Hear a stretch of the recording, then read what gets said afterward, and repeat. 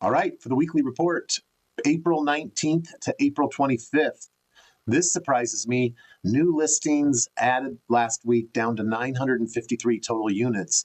We've been watching that number grow. We just said that we see sellers rolling back into the market. And I'm wondering, is this a slowdown because the media has shifted and the buyers have slowed down their activity because of the increased interest rates and sellers aren't coming to the market again now? But we only had 953 units added last week, 757 single family houses, and the median list price of those properties is now down. It's the lowest it's been in now since the last 3 weeks, back down to 525. So it seems like all that excitement and price pushes and new listings coming to the market, all of those gains of the last couple 3 weeks have seemed to be given back here last week.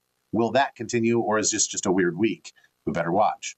Under contracts, pretty steady the last 3 weeks. Buyer demand has been pretty real close. 637 3 weeks ago, 636 last week, and 639 this week. So buyer activity bumped up from a slowdown in the early or mid to end part of March, caused by those increase in interest rates we thought. But buyers seem to have been coming back seem to have come back to the market. Don't know if it's related to interest rates. It may just be high season starting to take effect, and we're starting to see those numbers bump back up.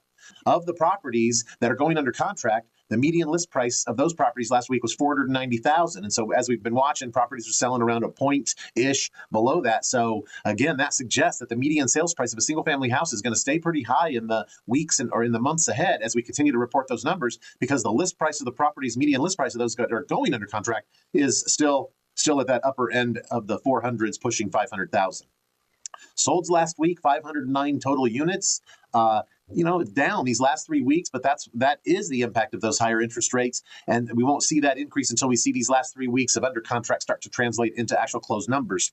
Or the question that I've always wondered is, are we still having a lot of cancellations? I just read a report that said that 13% of all deals that go under contract are canceling. And so we're seeing these numbers in the mid 600s, but when they get to the closing line, if they're losing 10 to 15%, that's 100 or so units. And that starts to suggest why these numbers might be lower. But I think cancellations have been going on for quite a while now. And that's not a new phenomenon that all of a sudden everybody's canceling their escrows because of fear or bad pre-approvals that didn't really translate into an actual approval, or whatever those host of reasons may be.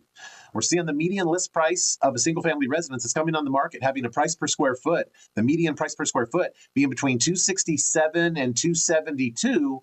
But of the sold properties, we're seeing their median list price down in the $255 to $260 range. So again, sellers are still, what is that, about $10 a foot, or and over the size of a home, median size of a home around 2,000 square feet, 1,900 square feet. We're seeing sellers still significantly priced higher at the list price level than what we're seeing of the properties that are selling.